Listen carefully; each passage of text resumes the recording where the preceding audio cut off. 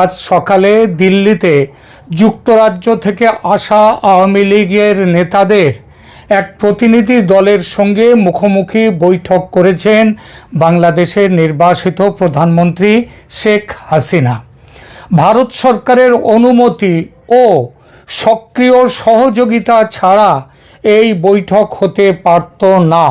অর্থাৎ গত কিছুদিন ধরে একের পর এক শেখ হাসিনার বিভিন্ন সংবাদ সম্মেলন ইত্যাদি নিয়ে যেভাবে ভারতে আওয়ামী লীগ সক্রিয় হয়ে উঠেছে এবং এই সক্রিয় হওয়ার বিরুদ্ধে যেভাবে বাংলাদেশের বর্তমান অন্তর্বর্তী সরকার বিরোধিতা করছে, ভারত তাকে বিন্দুমাত্র আমল দিল না, এটা বুঝে যাওয়া যায় এই ঘটনা থেকে।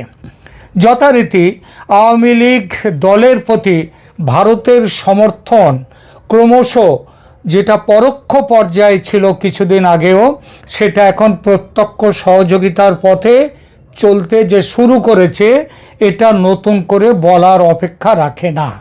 প্রশ্ন ওঠে, এই সহযোগিতা কি ৭১-এর মার্চের মতো সামরিক সহায়তার জায়গায় চলে যাবে?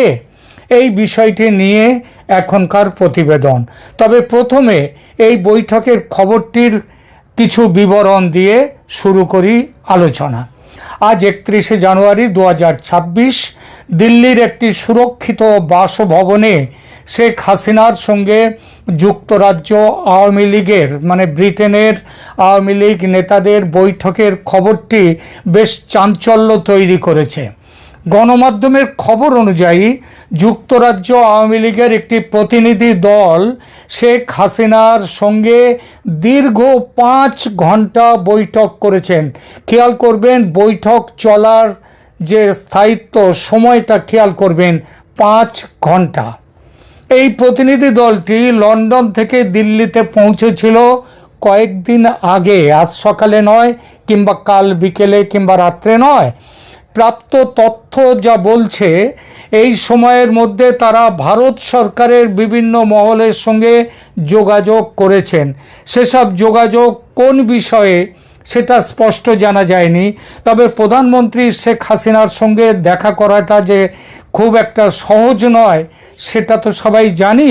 সুতরাং সেই দেখা করার কাজটা ছাড়াও তারা ভারতের প্রশাসনিক বিভিন্ন পর্যায়ে তারা আলোচনা করেছেন। প্রধানমন্ত্রী শেখ হাসিনার সঙ্গে যে বৈঠকটি তারা করেছেন, তার মোটামুটি বিস্তারিত তথ্য আজ সকালে প্রকাশ্যে এসেছে। এই প্রতিনিধি দলে ছিলেন যুক্তরাজ্য আওয়ামী লীগের সভাপতি জালাল উদ্দিন, সাধারণ সম্পাদক সৈয়দ সাজিদুর রহমান ফারুক, যুগ্ম সাধারণ সম্পাদক আনোয়ারুজ্জামান চৌধুরী, যিনি একদা সিলেটের মেয়র ছিলেন। এরা ছাড়াও আরও ২-৩ জন অন্যান্য নেতা, সর্বমোট ৫ জন নেতা এখানে ছিলেন। নিরাপত্তা ব্যবস্থা ছিল অত্যন্ত কঠোর। বৈঠকটি অত্যন্ত কঠোর গোপনীয়তা ও নিরাপত্তার মধ্যে অনুষ্ঠিত হয়। কীরকম তার একটু বিবরণ দিই।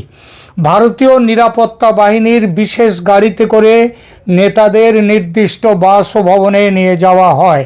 সেখানে তাদের মোবাইল ফোন বা অন্য কোনো ইলেকট্রনিক ডিভাইস সঙ্গে রাখার অনুমতি ছিল না, সেগুলো জমা রেখে দেওয়া হয়। কিন্তু ফলে যে পুরো আলোচনার পুঙ্খানুপুঙ্খ বিবরণ কোনো জায়গা থেকে পাওয়ার কোনো উপায় নেই। তবে বৈঠকে উপস্থিত নেতাদের বরাতে যা জানা গেছে, এক হচ্ছে শেখ হাসিনাকে যথেষ্ট আত্মবিশ্বাসী ও দৃঢ় প্রতিজ্ঞ মনে হয়েছে। দীর্ঘ নির্বাসনে থাকলেও তিনি মানসিকভাবে আদৌ ভেঙে পড়েননি, এখনও বজ্রের মতো শক্ত এবং কঠোর আছেন। তবে আগের তুলনায় তার শরীরের ওজন কিছুটা কমেছে বলে এই নেতারা জানিয়েছেন। আলোচনার বিষয় কি ছিল? বৈঠকে মূলত বাংলাদেশের বর্তমান রাজনৈতিক পরিস্থিতি এবং আসন্ন ১২ই ফেব্রুয়ারি নির্বাচন নিয়ে তাদের মধ্যে আলোচনা হয়েছে। এই নির্বাচনের প্রেক্ষিতে আওয়ামী লীগ নেতা কর্মীদের কি দায়িত্ব, সেটাও সেখানে আলোচনা হয়েছে। শেখ হাসিনা দলীয় নেতাকর্মীদের মনোবল শক্ত রাখার এবং পরিবর্তিত পরিস্থিতিতে ঐক্যবদ্ধ থাকার নির্দেশ দিয়েছেন বলে জানা গেছে।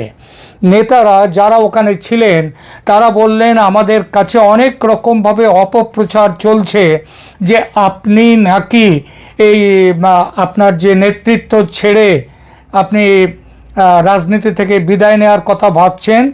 এটা তারা জানতে চেয়েছিলেন শেখ হাসিনার কাছে। শেখ হাসিনা স্পষ্ট বলেছেন যে এরকম কোনো চিন্তা ভাবনা তিনি আদৌ করেননি এবং আগামী দিনে যতদিন না বাংলাদেশকে তিনি উদ্ধার করতে পারবেন এই ইউনূসের কাছ থেকে, এই সরকারের কুশাসন থেকে উদ্ধার করতে পারবেন, যতদিন না দেশকে আবার উন্নতির পথে এগিয়ে নিয়ে যেতে পারবেন, মানুষের চোখের জল মুছে নেওয়ার ব্যবস্থা করতে পারবেন, ততদিন তিনি কোনো রকম অবসর নেওয়ার কথা ভাবছেন না এবং ভাববেন না।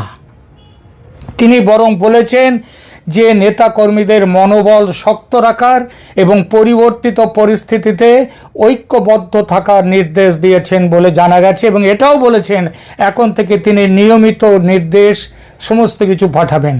আরও জানা গেছে আগামী 2-1 দিনের মধ্যে বড় কিছু ঘটার সম্ভাবনা আছে বাংলাদেশে। সেই পরিস্থিতি এলে দলের কি করণীয় হবে দেশে ও বিদেশে সে সম্পর্কে আলোচনা ও সিদ্ধান্ত হয়েছে। তিনি ব্রিটেনের এই প্রতিনিধি দলকে আরও বলেন যে আন্তর্জাতিক আদালতে, ইন্টারন্যাশনাল যে ক্রাইমস কোর্ট যেগুলো রয়েছে সেইখানটাতে তাদেরকে আরও সক্রিয় হওয়ার জন্যে এবং এই সরকারের বিরুদ্ধে আইনগত ব্যবস্থা নেওয়ার জন্যে সমস্ত ব্যবস্থা নেওয়ার কথা তিনি সেখানে নতুন করে বলেছেন। এই প্রসঙ্গে 12ই ফেব্রুয়ারি বাংলাদেশে ত্রয়োদশ জাতীয় সংসদ নির্বাচন এবং জুলাই চার্টার নিয়ে যে সাংবিধানিক গণভোট অনুষ্ঠিত হতে যাচ্ছে, সেই প্রেক্ষাপটে ভারতের সম্ভাব্য ভূমিকা সম্পর্কে যুক্তরাজ্যের প্রতিনিধিদের অবহিত করেন শেখ হাসিনা। তিনি আরও বলেন যে ভারত বাংলাদেশে এতদিন ওয়েট অ্যান্ড ওয়াচ এই নীতি নিয়ে চলছিল, সেটা এখন পাল্টে গেছে। ভারতের অপেক্ষা করো এবং দেখো নীতি যে বড় পরিবর্তনের দিকে যাচ্ছে। সাম্প্রতিক ঘটনা প্রবাহ তার স্পষ্ট ইঙ্গিত দিচ্ছে। ভারতের এই কঠোর ও সতর্ক অবস্থান নিয়ে আন্তর্জাতিক মহলেও নানা বিশ্লেষণ চলছে। ভারত ঐতিহাসিকভাবে আওয়ামী লীগের ঘনিষ্ঠ হলেও বর্তমান পরিস্থিতিতে তারা বিএনপির সঙ্গে একটা স্ট্র্যাটেজিক যোগাযোগ বাড়িয়েছে। ভারত চাইছে বাংলাদেশে একটি স্থিতিশীল সরকার থাকুক যারা ভারতের উত্তর পূর্বাঞ্চলের নিরাপত্তা এবং দুদেশেরই বাণিজ্যিক স্বার্থ রক্ষা করবে। নির্বাচনকালীন সহিংসতা এবং সংখ্যালঘু সম্প্রদায়ের নিরাপত্তা নিয়ে ভারত যে ভয়ঙ্কর রকমের উদ্বেগের মধ্যে আছে সেটা তিনি জানিয়েছেন এবং তিনি এটাও জানিয়েছেন এই উদ্বেগ থেকে বাঁচার জন্য ভারত যে কোনো কড়া ব্যবস্থা নিতে পারে। ভারতীয় কূটনীতিকরা আন্তর্জাতিক মহলে এবং বর্তমান অন্তর্বর্তীকালীন সরকারের সঙ্গে আলোচনায় সংখ্যালঘুদের সুরক্ষা নিশ্চিত করার উপর গুরুত্ব দিয়েছেন বারবার, কিন্তু এই সরকার তা কিছুই করতে পারেনি। দিল্লি থেকে শেখ হাসিনার সাম্প্রতিক অডিও বার্তা এবং রাজনৈতিক কর্মকাণ্ডে অন্তর্বর্তীকালীন সরকার তীব্র ক্ষোভ প্রকাশ করেছে। ঢাকা থেকে জানানো হয়েছে যে ভারতের মাটিতে বসে হাসিনাকে রাজনৈতিক বক্তব্য দিতে দেয়া প্রতিবেশী সুলভ আচরণের পরিপন্থী। ভারত এখন একদিকে হাসিনাকে আতিথেয়তা প্রদান করছে, অন্যদিকে ঢাকার বর্তমান ক্ষমতায় যারা আছেন তাদের সঙ্গে কোনো রকম তাদের সাথে সহযোগিতার পথ ছেড়ে দিয়েছে এবং এখন সহযোগিতা নয়, এখন ভারত ব্যবস্থা গ্রহণের পথের দিকে যে চলেছে সে ব্যাপারেও এই প্রতিনিধি দলকে পরিষ্কারভাবে জানিয়ে দিয়েছেন শেখ হাসিনা। ভারত সরাসরি নির্বাচনে হস্তক্ষেপ না করলেও তারা চায় একটি অংশগ্রহণমূলক নির্বাচন হোক বাংলাদেশে, কিন্তু আওয়ামী লীগ বর্তমানে নিবন্ধিত দল হিসেবে অংশ নিতে পারছে না, কারণ তাদেরকে নিষিদ্ধ রাখা হয়েছে। কিন্তু জামায়াতে ইসলামের মতো শক্তির উত্থান নিয়ে ভারতের কৌশলগত উদ্বেগের কারণ রয়েছে। সংক্ষেপে, ভারত সরকার শেখ হাসিনাকে সর্বোচ্চ নিরাপত্তা দিয়েছে। 12ই ফেব্রুয়ারি নির্বাচনকে কেন্দ্র করে সরাসরি পক্ষ কিছু না নিয়েও তারা কিন্তু তাদের ওয়েট অ্যান্ড ওয়াচ যে নীতি তা থেকে সরে এসছে। ভারত সরকার সাধারণত চরম সংকট ছাড়া দূতাবাস কর্মীদের পরিবার সরিয়ে নেয়নি কোথাও, আজকে সেটা নিয়েছে। 21শে জানুয়ারি 2026-এ দেয়া ভারতের নন ফ্যামিলি পোস্টিং ঘোষণা এবং রামপাল বিদ্যুৎ কেন্দ্র থেকে কর্মকর্তাদের প্রস্থান কেবল নিরাপত্তাজনিত কারণ নয়, বরং একটি গভীর কৌশলগত বার্তার অংশ। দিল্লি স্পষ্ট করে দিয়েছে যে 12ই ফেব্রুয়ারি নির্বাচন ও জুলাই চার্টার গণভোটকে কেন্দ্র করে বাংলাদেশে ব্যাপক সহিংসতার আশঙ্কা রয়েছে। যুক্তরাষ্ট্র সরকারও একই আশঙ্কা থেকে আমেরিকা একই আশঙ্কা থেকে গতকাল অর্থাৎ 30শে জানুয়ারি বাংলাদেশে অবস্থানরত তাদের নাগরিকদের জন্য একটি জরুরি নিরাপত্তা সতর্কতা জারি করেছে। এতে কি বলা হয়েছে? 12ই ফেব্রুয়ারি নির্বাচনে রাজনৈতিক সহিংসতা, র্যালি এবং ভোট কেন্দ্রে হামলার আশঙ্কা রয়েছে। যুক্তরাষ্ট্র তাদের নাগরিকদের বাংলাদেশ ভ্রমণের ক্ষেত্রে